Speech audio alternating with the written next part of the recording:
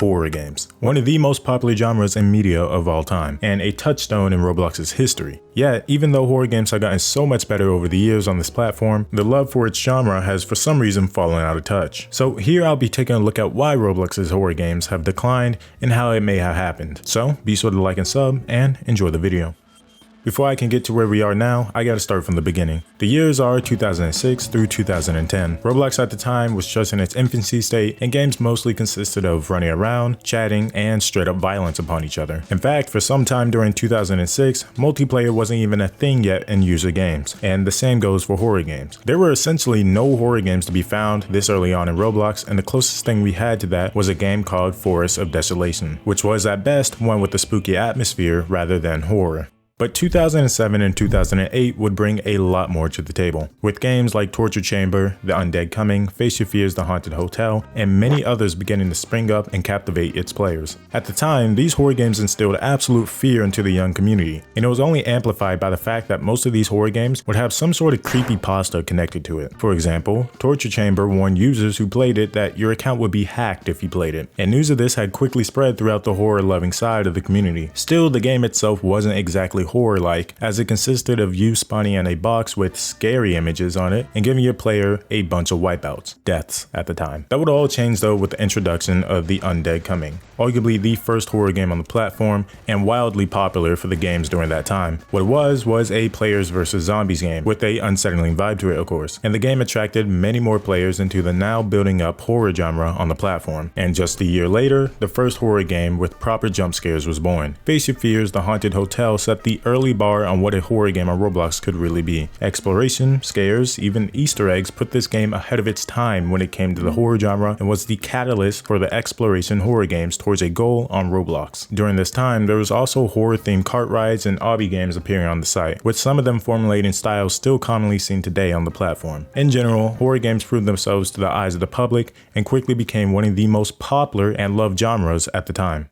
And so, 2010 rolled around, the turn of the decade, and more importantly, the turn in horror games for the better. It was between here and 2016 that these games began to truly shine. Instead of a walking simulator with the occasional screamer and spooky image popping up, we were now beginning to see well-timed and well-created horror ideas or styles come to life. There was also a great increase in the quality of the games and how they were played, so no longer would your average horror game be on a base plate with some trees to simulate a forest or your average haunted building. Aside from that though, a lot of the myths and horror games came up as a two-in-one package, since some of the myths were commonly tied into a specific horror game with its own story. But nonetheless, great games came to life during this era. Some examples being Bloody Mary and its subsequent series, Slender, Horror Elevator, Lightbulb, Identity Fraud, Before the Dawn, and so forth. With some of these games becoming super successful even in today's times, and others even receiving awards. Like every other game on the platform, as the player count for Roblox kept growing, so did the genres, but some would grow faster and more aggressively than others, including the horror genre thanks to its immense popularity it was beginning to garner, including extra exposure from YouTubers making content on the games, and some horror games reaching the front page. It was very obvious that the genre was still one of the platform's most favorite, and was in fact still growing in diversity. The games could range from single player or multiplayer to story-based and long,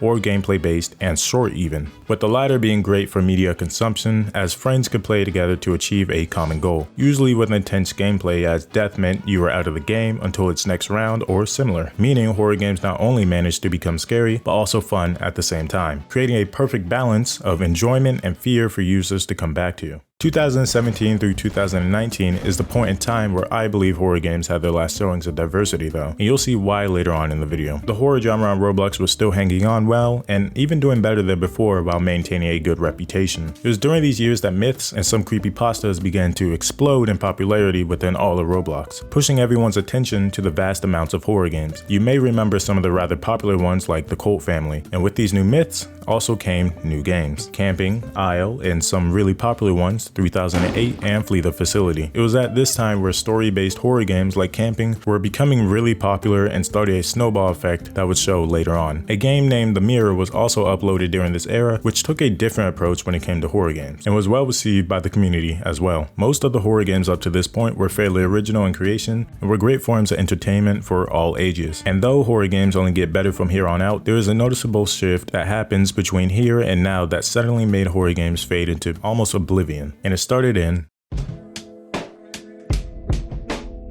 It's 2020. Another decade has approached, Roblox has gone corporate, Kiss me on my hot mouth. and Piggy has just dropped. As if the genre couldn't get any bigger, Piggy completely smashed the algorithm and made horror games the talk of the town once again. But with all of this success came at a cost. The same issues that had shown their heads when camping became popular started to appear with Piggy, just amplified tenfold thanks to the game's immense popularity. During this time was the beginning of the great copying of games all over Roblox whenever something became popular or successful, and the horror genre was no exception. Games would begin to copy their formats but alter the story just enough to claim it as their own, and something even worse had seeped into the genre: microtransactions. Horror games were now catering towards multiplayer objective following formats, consisting of you being chased by an entity, probably in a maze of sorts, and searching for items. Now if you were to get caught or killed by the entity, that would normally mean you were out of the game like before. But now with microtransactions, you can just buy yourself a life and get right back into the game, defeating any tension and reasoning for survival in those games, considering you could just revive yourself for a usually really cheap price. The games following this also began aiming for a younger audience, making the games less frightful for the older age group and more of an inconvenience for some parts of the games. This would only continue with the release of The Mimic, creating a massive wave of chapter game clones following it, and Rainbow Friends, having the same issue as The Mimic but also starting a chain of kid-appealing horror games that only appealed to a specific audience, both of those releasing in 2021. And so the horror genre began to dwindle in popularity as the interest for them all started to become less and less prevalent. Myths were no longer popular, and most horror games were becoming generic in design and being filled with flat storylines, or simply put, were all the same in nature when it came to how a game would play out. Nonetheless, gems were still created and thoroughly enjoyed, like Evade, Aperiophobia, and Doors. Games with high amount of effort put into them and super engaging to new players. The only issue is those games usually weren't as replayable as other horror games, Doors being a great example. And even though these great games came out, the horror community was beginning to dry up still. Instead of just about anyone on the platform hopping onto a horror game, they now are mostly played by people who have a niche in playing and enjoying those games.